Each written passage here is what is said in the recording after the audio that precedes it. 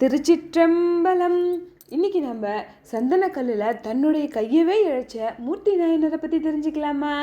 பாண்டிய நாடான மதுரையில் வணிகர் குலத்தில் மூர்த்தி நாயனர் பிறந்தார்.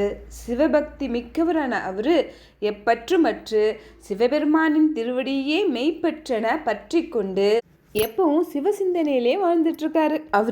அவருடைய சொந்த பந்தங்கள் எல்லாமே சிவபெருமான் தான் அப்படின்னு நினச்சி தினம் ஆலவாயப்பரர் கோயிலுக்கு போய் அங்கே ஒரு வட்ட வடிவில் ஒரு கல் இருக்கும். அந்த கல்லில் சந்தன கட்டையால் சந்தனத்தை இழைச்சி சிவபெருமானுக்கு சந்தன காப்பு போட்டு அழகு பார்ப்பார்.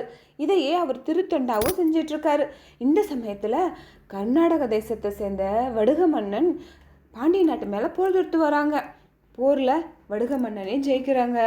அதனால் மதுரை எம்பதியை தலைமையகமாக கொண்டு அரசாட்சி பண்ணிகிட்ருக்காங்க. அந்த வடுக மன்னன் சமண மதத்தை சார்ந்தவர் அப்படிங்கிறதுனால சைவர்களை பார்த்தாவே ஏதாவது ஒரு கஷ்டத்தை கொடுத்துக்கிட்டே இருக்காங்க. பல துன்பங்களை கொடுக்குறாங்க. மூர்த்தி நாயனாரை மட்டும் விட்டால் வச்சிருப்பாரு. மூர்த்தி நாயனாருக்கும் நிறைய இடைஞ்சல்கள் துன்பங்களை கொடுத்தாங்க. ஆனால் மூர்த்தி நாயனார் அதை பற்றிலாம் கவலைப்படாமல் அவர் செய்கிற திருத்தொண்டை தினம் தவறாமல் செஞ்சிட்டு இருந்தார். இதை பார்த்து பொறுக்க முடியாத அந்த வடுக மன்னன் என்ன பண்ணுறாருன்னா, சந்தனக்கட்டை இருந்தால் தானே சந்தனம் இழைச்சி அந்த சிவனுக்கு சாத்த முடியும், சந்தனக்கட்டையே இல்லாமல் பண்ணிட்டா அப்படின்னு சொல்லிட்டு சந்தனக்கட்டையே கிடைக்காத மாதிரி பண்ணிட்டாரு. நம்ம மூர்த்தி நாயனாரும் போய் காலையிலேருந்து சாயங்காலம் வரையும் சந்தனக்கட்டைக்கு தேடி தேடி தேடி அலைஞ்சு பார்த்துட்டு சந்தனக்கட்டை கிடைக்காம மனசோர்வாக கோயிலுக்கு வராரு. கோவிலில் அப்படி மன கஷ்டத்தோடு புலம்புறாரு. சிவபெருமானே, என்னைக்கு தான் இந்த மன்னன் செத்து ஒழிவானோ தெரியல. இந்த மன்னன் அரசாட்சி பொறுப்பெடுத்ததுலேருந்து சைவர்கள் படாத பாடுபடுறாங்க. எப்போ தான் இந்த பிரச்சனை தீருமோ, எப்போ தான் பாண்டிய நாடு பழையபடிக்கு சைவ திருநாடாக மாறுமோ தெரியல அப்படின்னு ரொம்ப புலம்பி கஷ்டப்பட்டுட்டே இருந்தவருக்கு திடீர்னு ஒரு யோசனை வருது. அந்த மன்னனால் சந்தனக்கட்டைக்கு வேணால் தடை பண்ண முடியும், என் கைக்கு ஒரு தடை பண்ண முடியாதுல்ல அப்படின்னு நினச்சி தன்னுடைய கையவே சந்தனக்கட்டையாக மனசில் நினச்சிக்கிட்டு அந்த சந்தன கல்லில் தேய்க்கிறாரு. அப்படியே தோலெல்லாம் பிரிஞ்சு போச்சு, சதையெல்லாம் அப்படியே பிரிஞ்சு போச்சு, எலும்பே தேயுது. அந்த அளவுக்கு தேய்க்கிறாரு. ரத்தம் அப்படியே ஓடிட்டு இருக்குது. அதை பற்றி கொஞ்சம் கூட கவலைப்படாமல் சிவபெருமானியே மனசில் நினச்சி அந்த சந்தன கல்லில் அவரோட கையை போய் தேய்ச்சிட்டு இருந்தார். இதுக்கு மேலே பாப்பாரா சிவபெருமான்? அப்படியே அசரீரியா, தயவு செஞ்சு இது மாதிரி கையை இழைக்கிறத நிறுத்து, உன்னுடைய அன்பின் காரணமாக இப்படிலாம் நீ செய்கிற, நீ கவலைப்படாத, இன்னைக்கு ராத்திரியோட அந்த வடுக மன்னனுடைய அரசாட்சி முடிய போகுது, நாளையிலேருந்து நீ தான் இந்த மதுரையை அரசாட்சி பண்ண போகிற, அப்போ எல்லா பிரச்சனையும் சரியாயிடும், நீ சிறப்பாக அரசாட்சி பண்ணிவிட்டு நீ செய்கிற திருத்தொண்டையும் சிறப்பாக செஞ்சுட்டு உன்னோட வாழ்வின் கடைசியாக எங்கிட்ட சேர்ந்துருவ, கவலைப்படாத அப்படின்னு சொன்னது மட்டும் இல்லாமல் அவர் அந்த சந்தன கல்லில் இழைக்கும் போது அவர் கை எல்லாம் ஃபுல்லாக காயமாகி ரத்தம் வந்ததில்ல, அது எல்லாமே சரியாக்கிட்டாரு. பழையபடிக்கு ஆயிடுச்சு கை. மூர்த்தி நாயனார் இதெல்லாம் பார்த்துட்டு ரொம்ப சந்தோஷப்படுறாரு. அப்பா, பழையபடிக்கு இந்த பாண்டிய திருநாடு சைவ திருநாடாக மாறப்போகுது அப்படின்னு நினைக்கிறாரு. அன்னைக்கு ராத்திரியே அந்த வடுக மன்னன் திடீர்னு இறந்து போயிடுறாரு. அப்புறம் பொழுது விடிஞ்சதும் அவருக்கு செய்ய வேண்டிய ஈம காரியங்கள் எல்லாம் செஞ்சுட்டு அமைச்சரெல்லாம் ஒன்று கூடி ஆலோசனை பண்ணுறாங்க. ராஜா இல்லாமல் எப்படி ராஜ்யம் நடத்த முடியும்? கண்டிப்பாக இந்த நாட்டுக்கு ஒரு ராஜா வேணும். எப்படி ராஜாவை தேர்ந்தெடுக்கிறது? இறந்து போன மன்னனுக்கோ வாரிசு இல்லை, அப்போ யார் ராஜாவாக நியமிக்கிறது அப்படின்னு யோசனை பண்ணி ஒரு முடிவு எடுக்கிறாங்க. இது மாதிரி ஒரு சூழ்நிலையில் பட்டத்து யானையை ஒரு ஆளை கூப்பிட்டுட்டு வர சொல்லுவாங்க. அந்த யானை யாரை கூப்பிட்டுட்டு வருதோ அவங்க தான் ராஜா அப்படி முடிவெடுப்பாங்க.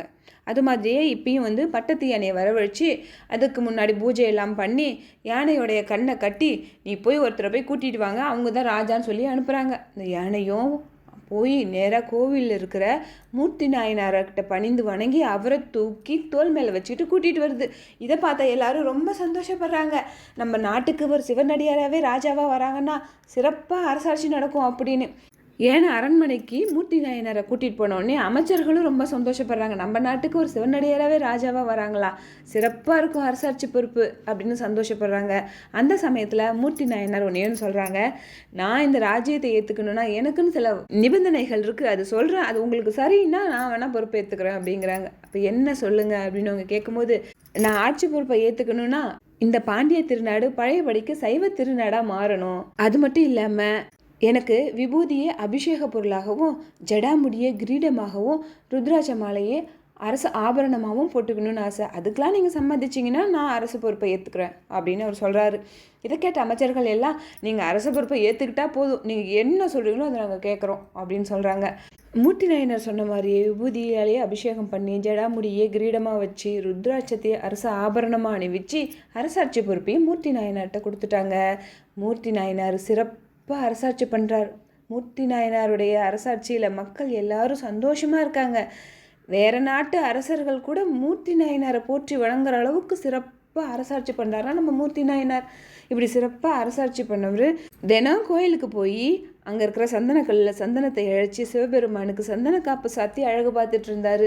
இப்படியே அவர் சிவபெருமானுக்கு செய்கிற திருத்தொண்டை தினம் செஞ்சுக்கிட்டே மக்களுக்கு எந்த ஒரு குறையும் இல்லாமல் சிறப்பாக அரசாட்சி பண்ணிட்டு இருந்த அவர் வாழ்வின் கடைசியாக ஆடி மாதம் கிருத்திகை நட்சத்திரத்தன்னைக்கு சிவபெருமானுடைய திருவிடுநிழலை அடைஞ்சிட்டார். ஆடி மாதம் கிருத்திகை நட்சத்திரத்தன்னைக்கு தான் நம்ம மூர்த்தி நாயனாருடைய குரு பூஜை. மூர்த்தி நாயனார் அரசாட்சி பொறுப்புக்கெல்லாம் ஆசைப்படலை. அவர் சிவபெருமானை தவிர வேறு யாருமே அவரோட சொந்தம் இல்லைன்னு நினச்சிட்டு இருந்த அவர் சிவபெருமான் சொன்ன ஒரு காரணத்தினால தட்டாமல் அந்த அரசாட்சி பொறுப்பை ஏற்றுக்கிட்டாரு. அரசாட்சி பொறுப்பை ஏற்றுக்கிட்டாலும் சிவனடியாராக தான் வாழ்ந்தார். எவ்வளோ வசதி வந்தாலும் நம்ம கர்வம் இல்லாமல் பணிவாக எல்லாத்துக்கிட்டேயும் அன்பாக அப்படி நம்ம நடந்துக்கிட்டோம் அப்படின்னா சிவபெருமானுக்கு நம்மளை ரொம்ப பிடிக்கும். ஏன்னா அன்பே சிவம்னு தானே சொல்கிறாங்க. மும்மையால் உலகாண்ட மூர்த்திக்கும் அடியேன் திருச்சிற்றம்பலம். இந்த வீடியோ உங்களுக்கு பிடிச்சிருந்தா லைக் பண்ணுங்கள், ஷேர் பண்ணுங்கள், மறக்காமல் இந்த சேனலையும் சப்ஸ்கிரைப் பண்ணுங்கள். இந்த வீடியோ பார்த்ததுக்கு ரொம்ப நன்றி.